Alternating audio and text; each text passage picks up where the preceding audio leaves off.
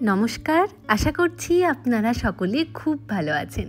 একটা নতুন ভিডিওতে আপনাদের সকলকে স্বাগত। নবমীর দিন, এখন সকাল 10টা। খালি পেটে এরা রাবড়ি খাচ্ছে। একটা করে খেয়েছি। কিরকম? হ্যাঁ, এটা খুবই ভালো। আমি আজকে বেরিয়ে যাবো। তাও আমি একটা বিস্কুট খেয়ে রাবড়ি খেয়ে নিচ্ছি, কারণ আমার মিস হয়ে যাবে না হলে। তোদের তো ওখানে রাবড়ি পাওয়াই যায় না। এই রাবড়িটা কেমন বলো? ভালো, ঠান্ডা রাবড়ি খেতে ভালো লাগে। চলো, নবমী সকাল মিষ্টি মুখ দিয়ে শুরু। রাজা আজকে পরেছে ভায়োলেট কালারের পাঞ্জাবি, দারুণ লাগছে, দারুণ লাগছে। ভালো লাগবে, ভালো লাগবে। ঘড়িতেই এখন সকাল 10:30। আমরা রেডি হয়ে চলে এসেছি গাড়ির মধ্যে দেশের বাড়ি রওনা দেওয়ার জন্য। আমার বাবা সকালবেলা ওই 6টা নাগাদই দেশের বাড়ি বেরিয়ে গিয়েছেন, কারণ ওখানে 7টার থেকেই পুজো শুরু হয়ে গিয়েছে। কিন্তু আমাদেরই একটু তৈরি হতে দেরি হয়ে গেল আর কি। জানেন, এই নবমীর দিনটা মানেই আমাদের মনের মধ্যে আলাদাই একটা উচ্ছ্বাস। চারিদিকে ঢাকের আওয়াজ, প্যান্ডেলের আলো, আর আমাদের মনের মধ্যে শুধু একটাই ভাবনা, আমরা কখন দেশের বাড়ি যাব। ছোটবেলায় যখন পুজো শুরু হতো তখন আমরা শুধুমাত্র এই দিনটার জন্যই অপেক্ষা করতাম। সেই একই রকমের এক্সাইটমেন্ট এখনও রয়েছে। শুধু আমি আর একা নই, আমার সাথে এবারে যুক্ত হয়েছে আমার জীবন সঙ্গীটিও।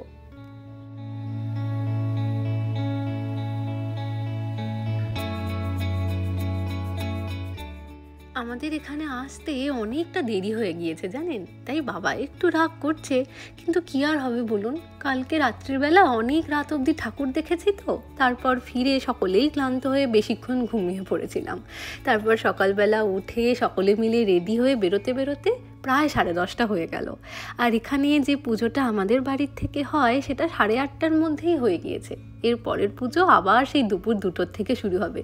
কিন্তু একদিক থেকে ভালো, এখনও পুষ্পাঞ্জলি চলছে, তাই দেশের বাড়িতে পৌঁছে আর একটুও না বসে সোজা চলে এসেছি মন্দিরে পুষ্পাঞ্জলি দিতে। মন্দিরটা আমাদের দেশের বাড়ির একেবারে উল্টো দিকেই অবস্থিত। আর এখানে যে ঠাকুর আছেন তিনি হলেন ভবানী ঠাকুর। আমার দাদাইয়ের বাবা, মানে আমার বাবার দাদু, ওনারা কলকাতার বাসিন্দা ছিলেন। ওখান থেকে ওনারা চলে আসেন এখানে। এই জায়গাটা হলো আমার দাদাইয়ের মামার বাড়ি। এখানে আসবার পর এই মন্দির প্রতিষ্ঠা করা হয়, আর সেই থেকেই চলে আসছে এই পুজো। প্রায় বলতে পারেন ওই 100 বছরের পুরনো পুজো।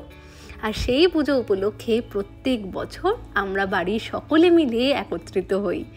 দাদাই যখন বেঁচে ছিলেন, দাদাই সেই সময় থেকেই এই ট্র্যাডিশনটা করে গিয়েছেন। আমরা দাদাইকে হারিয়েছি প্রায় 20 বছর হতে চললো, কিন্তু দাদাইয়ের সেই ট্র্যাডিশনের সম্মান রাখবার জন্য প্রত্যেক বছর আমরা এই দিনটাতে সকলে মিলে দেশের বাড়িতে আসি। তবে এবছর আমার জেঠু, আমার পিসি, ছোট পিসি আসতে পারেননি। ওনারা অনেক দূরে থাকেন তো সব সময় ওনাদের পক্ষে পসিবল হয় না। আর আমাদের দেশের বাড়ি সংলগ্ন একটা প্রাইমারি স্কুল রয়েছে, ওখানে সর্বজনীন দুর্গাপুজো হয়। ওই যে সবুজ গেটটা দেখছেন, ওটাই আমার দেশের বাড়ি, আর ঠিক তার উল্টো দিকেই এই পুজোটা হচ্ছে। আর দেশের বাড়ির ঠিক বাম পাশে রয়েছে ভবানী মন্দির। এতক্ষণ ধরে আপনাদেরকে দেশের বাড়ির কথা বলছি, কিন্তু এই জায়গাটা কোথায় সেটাই বলা হচ্ছে না, দেখছেন। আমাদের তারকেশ্বর থেকে হাওড়ার দিকে যেতে তারকেশ্বরে পরেই লোকনাথ বলে একটা স্টেশন পড়ে, সেখানকারই একটা গ্রাম হচ্ছে ট্যাগরা। ওই দেখুন হালুইগড়ও চলে এসেছেন, আর রান্নাও চেপে গিয়েছে।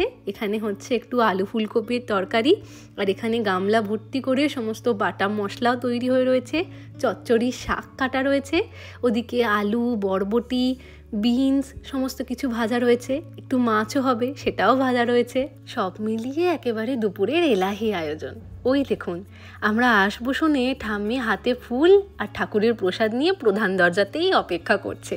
আর কি বলছে জানেন, এত দেরি করে এলে কখন জলখাবার খাবে, তোমাদের জন্য দুপুরে এত কিছু রান্না করিয়েছি, ওগুলোও তো খেতে হবে নাকি।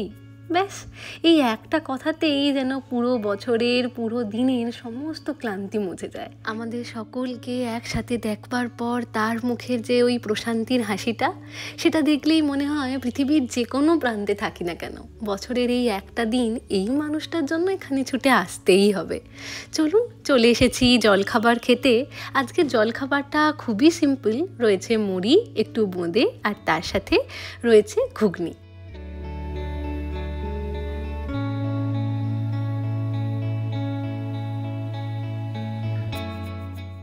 এখন চলছে পুজোর উপহার দেয়া নেওয়া পর্ব।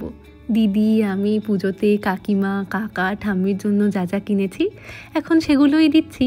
আপনারা তো জানেনই কলকাতা থেকে কাকিমার আর ঠাম্মির জন্য শাড়ি কিনেছিলাম, আপনাদের মতন ওদেরও ভীষণ পছন্দ হয়েছে জানেন। মামনি বলে, বাড়ির মানুষেরা অল্পেতেই খুশি হয়। তুমি যদি তাদের কথা মনে রেখে কোনো জিনিস কেনো, তাদেরকে মনে রাখার আনন্দেতেই তারা খুশি হয়ে যায়। আর সত্যিই তাই, দেখুন ঠাম্মির জন্য এই শাড়িটা নিয়ে এসেছি, ঠাম্মি কি ভীষণ খুশি হয়েছে। আমাকে বলেছে জগদ্ধাত্রী পুজোর সময় পরবে, তখন না হয় আপনাদেরকেও দেখাবো। আর এই যে আমাদের পুরো পরিবার, আর এদিকে বাপি দুই জামাইকে নিয়ে কোনো গুরুতর আলোচনা করতে ব্যস্ত। এখানে চা তৈরি করা হচ্ছে, দিদি আর আমি মিলে আজকে দুধ চা করছি।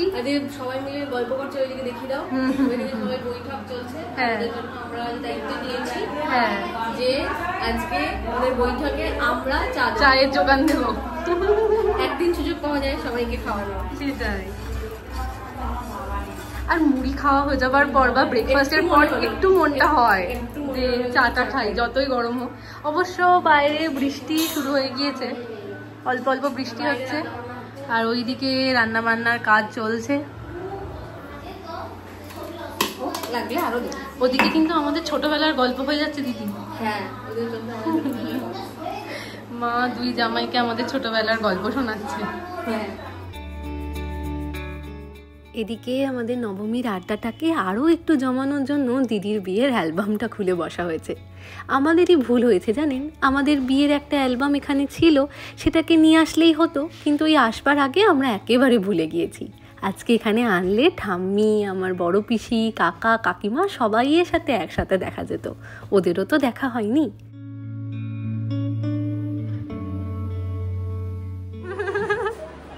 কেমন আছো? বাহ, কি সুন্দর লাগছে।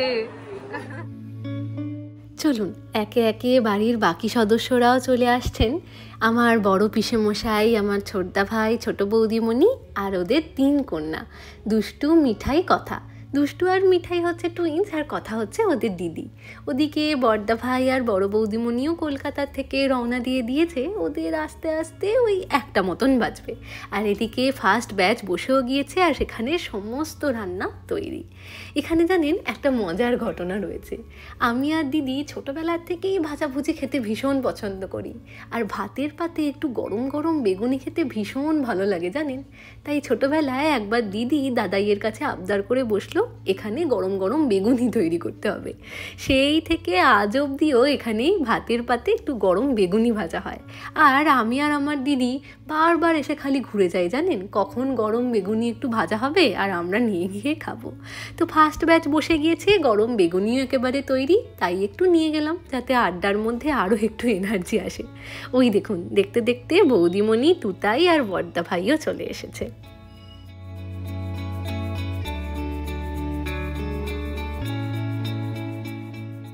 বহুদিন পর দাদাদের তার বড় বোনের সাথে দেখা হয়েছে, প্রায় 1 বছর পর। তাই যত গল্প আছে তাড়াতাড়ি করে নিতে হবে, সময় বড় কম, তাই ওরা বসার সময়টুকু নিয়েও পায়নি। এদিকে আমরাও একটু ছবি তুলে নেব, যাতে 1 বছরের জন্য মনের স্মৃতিকোঠায় এই সমস্ত স্মৃতিগুলো থেকে যায়।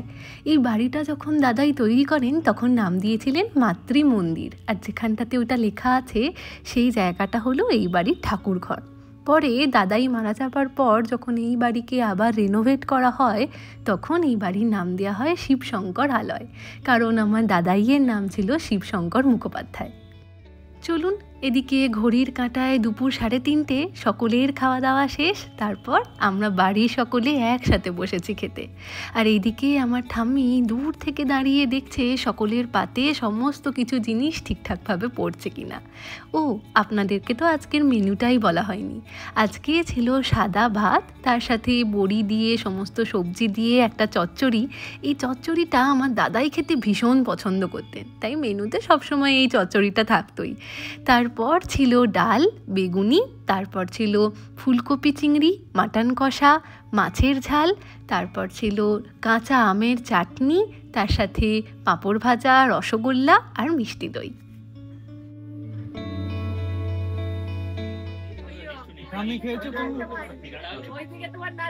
তুমি খেয়েছো?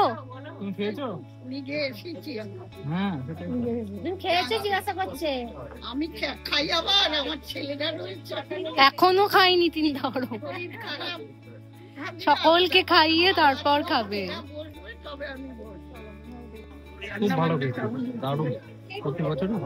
খুব ভালো রান্না হয়েছে। এখানে সেলফি তুলতে ব্যস্ত। দারুণ হাওয়া দিচ্ছে, আকাশে মেঘ করেছে না। দুপুরে খাওয়া দাওয়ার পর এখানে সকলেই একটু আড্ডা মেরে নিচ্ছে, আর ওইদিকে ধীরে ধীরে বেলা গড়িয়ে সন্ধে নেমে আসছে। আর ততই মনটা হচ্ছে জানেন, সময়টা যেন কত তাড়াতাড়ি কেটে গেল। চোখের পলক ফেললাম আর নবমীর দিন শেষ। আবার এই দিনটার জন্য একটা গোটা বছর আমাদেরকে অপেক্ষা করতে হবে।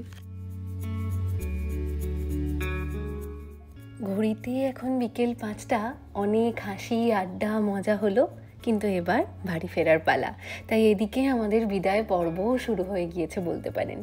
আমরা আজকে এখান থেকে মেদিনীপুরে ফিরে যাব, তারপর লক্ষ্মী পুজোর পর আবার মেদিনীপুর থেকে কলকাতায় ফিরে যেতে হবে জানেন। কাজের সূত্রে আমাদেরকে দৈনন্দিন জীবনে নতুন করে আবার কাজের গতিতে ফিরে আসতে হবে। ছুটি শেষ। প্রত্যেক বছরের মতন এই নবমীর দিনটা আমাদেরকে বারবার মনে করিয়ে দেয়, যতই বড় হই, কাজের সূত্রে যতই আমরা বাড়ির থেকে দূরে দূরে থাকি না কেন, নিজেদের মানুষগুলো সব সময় নিজেদের আসল শিকড় হয়। সেগুলোই তো আমাদের জীবনের আসল সম্পদ বলুন। চলে আসার সময় ঠাম্মি উদাস হয়ে দেখছি উঠোনে বসে রয়েছে।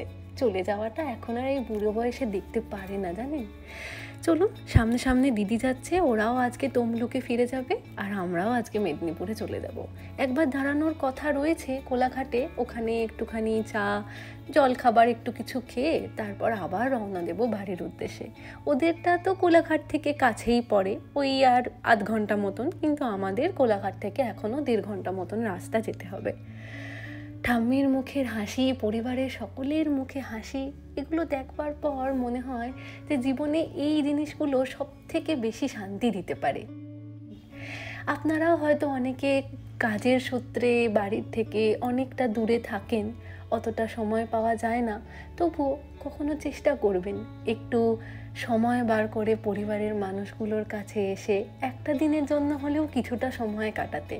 দেখবেন সারা বছরের যে পরিশ্রম, যে ক্লান্তি, যে ফ্রাস্ট্রেশন, সে সমস্ত কিছু যেন এক নিমেষে পরিবারের সেই হাসিগুলো দেখলেই গায়েব হয়ে যায়। চলুন, আজকের ভিডিওটা তাহলে এখানেই শেষ করছি। আপনাদের সকলের পুজোর নবমী কীরকম কাটলো আমাকে অবশ্যই জানাবেন। আজ তাহলে আসি, আবার আসবো নতুন একটা ভিডিও নিয়ে।